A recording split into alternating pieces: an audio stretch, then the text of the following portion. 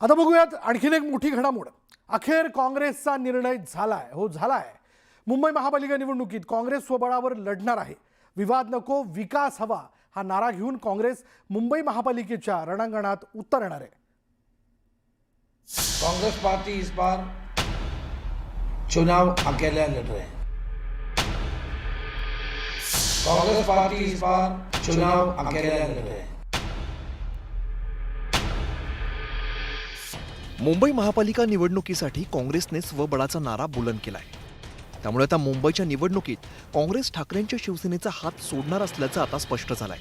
लोकसभा आणि विधानसभा निवडणुकीत हातात हात घालून महाविकास आघाडीच्या झेंड्याखाली एकत्र लढलेली ठाकरेंची शिवसेना आणि काँग्रेस मुंबई मनपा निवडणुकीत आमने-सामने येणार आहेत। खरं तर पालिका निवडणुकीच्या घोषणा होण्यापूर्वीच मुंबईतील काँग्रेसच्या नेत्यांनी एकला चलोरेचा सूर अडवलेला होता। यावरती शनिवारी चेन्नीथला यांनी शिक्कामोर्तब केलाय। कांग्रेस पार्टी ने यह डिसाइड किया था, हम लोग अकेले लड़ेंगे, हम बीजेपी के खिलाफ लड़ेंगे और हमने जो यूबीटी है उनसे भी लड़ेंगे और सच्चे देशभक्त और सेकुलर लोग एक साथ कांग्रेस के साथ जुड़ना चाहिए। उद्धव आणि राज ठाकरे या बंधूंच्या मनोमिलनापासून काँग्रेसने उद्धव ठाकरेंपासून अंतर राखण्यास सुरुवात केली होती।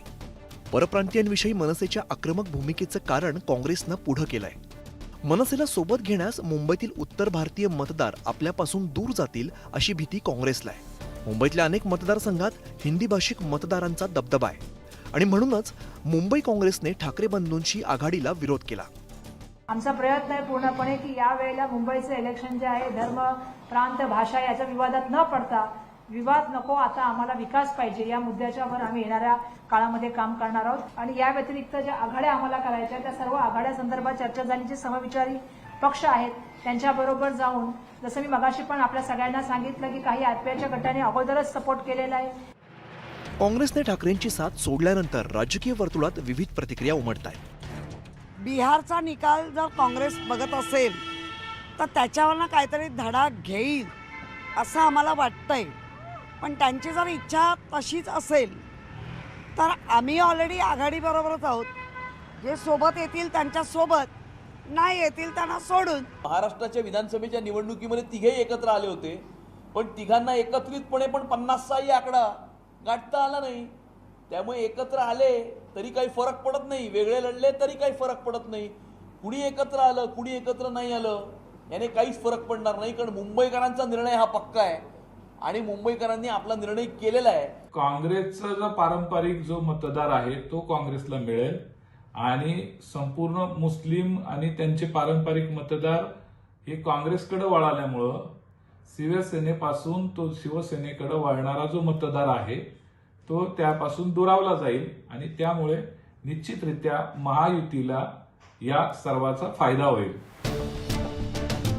मुंबई पालिका निवडणुकीसाठी भाजप आणि शिंदेंच्या शिवसेनेची युती पक्की मानली जाते। अजितदादांची राष्ट्रवादीही महायुतीतून निवडणूक लढवण्याच्या प्रयत्नात आहे। दुसरीकडे ठाकरेंची शिवसेना आणि मनसेच्या युतीची चर्चा सुरू आहे। काँग्रेसने अल्पसंख्याक आणि उत्तर भारतीय मतांचा विचार करून ठाकरेंकडे पाठ फिरवल्याचं दिसतंय।